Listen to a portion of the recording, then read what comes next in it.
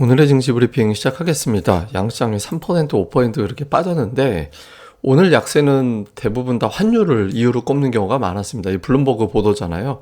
그러니까 환율이 올라가면서 주식시장이 하락으로 출발하는 모습이었다 이렇게 얘기하고 있는데 달러가 강세 보이는 이유는 연준의 강한 긴축 의지, 그다음에 유럽 경제가 좀 나쁠 것 같다. 유로화가 약세되는 거죠. 근데 여기에 이제 결정타 날린 게 영국의 재정 리스크, 영국이 초유의 감세 정책을 펼치면서 파운드화가 폭락을 했습니다. 그러니까 하루에 환율이 이렇게 변하는 것도 신기한데 파운드화가 엄청나게 약세를 보이면서 이게 이제 유로화까지 약세로 끌어내렸고 이게 이제 달러를 초강세로 끌어올려 버렸죠. 그러니까 달러가 강세를 보이게 되면 이제 다른 나라 환율도 다 이제 올라갈 수밖에 없는 그런 상황이 생기잖아요. 예, 이렇게 되면서 이제 돈이 귀해지니까 주식시장은 그걸 팔고 돈을 현금을 확보하려는 상황이 만들어지게 되고 이제 이게 주초에 좀 시장을 고전하게 만드는 상황이 됐죠. 오늘 우리 증시에서도 환율 관련된 이슈가, 그러니까 해외 쪽에선 파운드화 이슈가 있었고 우리도 또 환율을 좀 자극할 만한 요인이 있었는데 한국은행 총재가 한미 통화 스와프 없이 위기를 극복한다면 좋은 경험이 될 거다. 이 발언이 사실상 통화 스와프는 물 건너 갔다 이런 해석이 되는 거잖아요.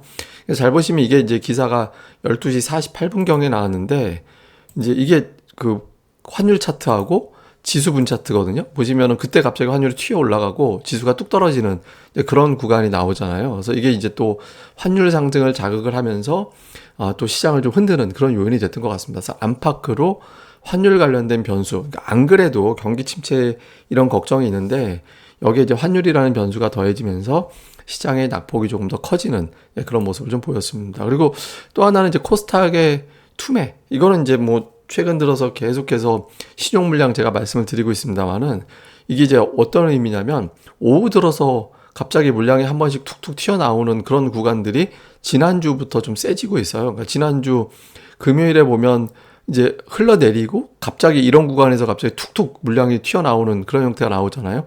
오늘도 한번 툭 튀어나오고 12시 넘어가면서 아까 제가 말씀드렸던 이후에 또 튀어나오고 1시 구간, 2시 구간 넘어가면서 또 튀어나오고 이게 이제 반대매도 회피 물량인데 제가 최근에 들은 얘기로는 어떤 게 있냐면 보통은 자기가 신용 투자한 종목을 팔잖아요.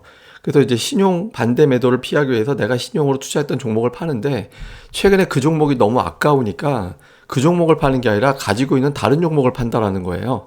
그래서 내가 삼성전자를 신용으로 투자를 했는데 하이닉스는 신용이 아니에요. 그럼 보통 삼성전자를 신용으로 투자했으니까 그걸 팔아가지고 돈을 채우는데 그게 아니라 하이닉스를 판다라는 거예요. 예를 들면. 그러니까 생각보다 신용잔고가 안 줄어드는 거예요. 예, 그 다른 종목을 팔아버리니까. 그러니까 최근에 신용잔고가 크게 줄지 않는 이유 중에 하나가 아마 주변주를 팔아서 아닌가? 그러니까 이런 이야기도 있는 것 같습니다. 그래서 좀 보여지는 것 대비 신용잔고율이 안 줄고 있다라는 점은 한편으로는 리스크인데 제가 보기에는 금요일하고 이제 오늘 신용이 되게 많이 줄었을 것 같아요. 예, 그래서 이제 이후에 지금 통계를 보면 알겠지만 잔고가 꽤 많이 줄었던 것 같고 요거 이제 나중으로 보면 괜찮은 재료가 되겠죠.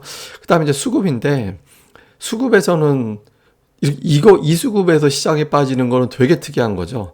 예, 외국인 기관이 매수하는 날이었고 외국인들도 동시효과 직전에는 순매수로 바뀐 상태였으니까 그리고 선물도 11,000계약 정도 매수가 들어온 상황이었거든요.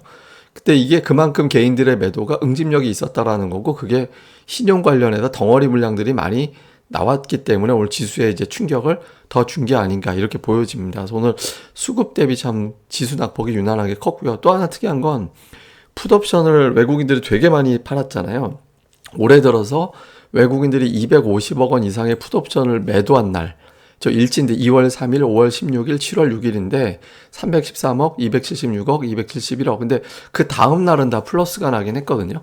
그러니까 이것마저 도장 깨기가 될지 아니면 이 패턴이 유지가 될지 이제 하루 다음이면 우리가 결과를 보게 되겠죠. 그래서 외국인들 수급은 오늘 낙폭 좀 심하잖아. 그래서 이제 좀 한 번 정도는 반등 줘야 될 것 같은데 이런 어떤 신호도 일단은 있었다.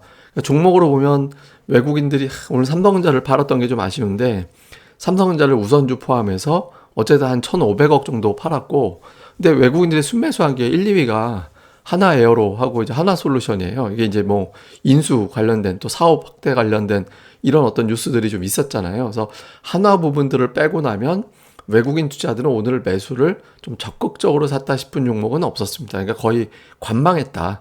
삼성전자하고 LG이노텍 이런 걸 좀 많이 팔고 나머지는 거의 관망 수준, 순매수 순매도 3위 종목이 300억 원 막 전후밖에 안 되니까 거의 그래도 관망했다라는 것도 다행이긴 하죠.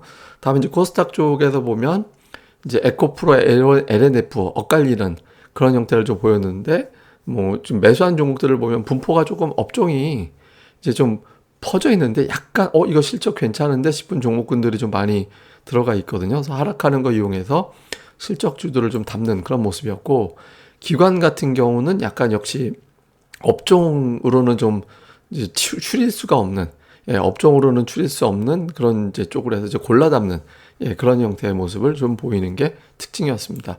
그래서 이후에 이제 투자 포인트 보면 달러 인덱스가 113.5까지 올라왔는데 추세선을 거보면 이제 우선은 115, 116 요 사이가 이제 2008년도 이후에 이제 추세적인 어떤 라인의 상단이 되거든요. 이게 사실 여기서 더 올라가는 것도 되게 대단한 건데, 이게 이제 영국이 새로운 트리거 역할을 할 거냐.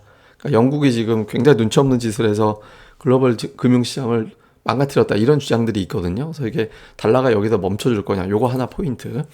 그 다음에 코스닥이 오늘 690에서 살짝 반등이 나왔는데, 이게 빠르게 회복하지 못하면 어떤 게 생기냐면, 코스닥이 690에서 올랐다는 얘기는 뭐냐면 690 밑으로 내려가면 신용이 거기서부터 또 터진다는 얘기예요. 그러니까 1차적으로 신용을 690에서 이제 소화를 하고 690에서 살짝 낙폭을 줄인 건데, 내일장에서 이제 690 밑에서 오후장으로 넘어가게 되면 거기서 오후에 또 물량이 터지는 그런 상황이 생긴다라는 겁니다. 그러니까 넉넉하게 올라가기 위해서는 뭐 700, 710 이 정도까지 확 올려놔 줘야 신용에 대한 부담을 덜어낼 수 있거든요. 그래서 코스닥 지수의 어떤 반등. 그 다음에 이제 삼성전자 하이닉스가 지수 하락 대비는 조금 선전을 했거든요. 그러니까 금요일 오늘 지수 되게 많이 빠졌는데 삼성전자 이틀 동안 하락한 폭이 1% 정도밖에 안 되잖아요. 그래서 이게 이제 조금 버티기가 시작되는 건지. 근데 사실 버티기는 의미가 없어요. 올라가 줘야 되는 거지. 지금 LG화학, LG에너지 솔루션이 밑으로 빠지기 시작했기 때문에 그 종목들이 뭐 급반등하는 것도 좋지만 먼저 조정을 보였던 삼성전자 하이닉스가 돌려줘야 우리나라 수출 나쁜 거 반영이 다 됐어, 이렇게 해석이 될 수 있거든요. 그래서 이게 이제 반등해 주는지 여부가 향후에 지수의 그림을 만들어낼 것 같습니다. 그래서 오늘 특징들은 없고요. 제가 이거를 보여드리는 건 삼성전자가 지금 월봉상 지금 120월선을 깨고 한참 내려갔거든요. 제가 120월선이 대단히 중요하다라고 말씀을 드렸잖아요.